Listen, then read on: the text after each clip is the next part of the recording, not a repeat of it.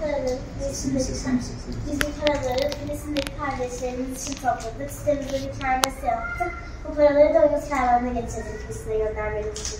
Allah sizi bağışlasın. İnşallah biz de vekalet edeceğiz. Siz birlikte arkadaşlar olarak yaptınız bunu. Evet, biz beraber arkadaş olarak. Maşallah.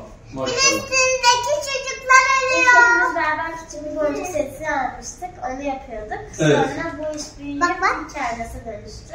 Maşallah. Maşallah. Allah sizden razı olsun. Rabbim sizleri bu şuurla, bu bilinçle büyütsün ve topluma yararlı bireyler kılsın. O Gazze'deki mazlumların da destekçisi olsun inşallah sizler de. İnşallah sizin bu yani yüreğiniz küçük ama maşallah düşünceniz büyük.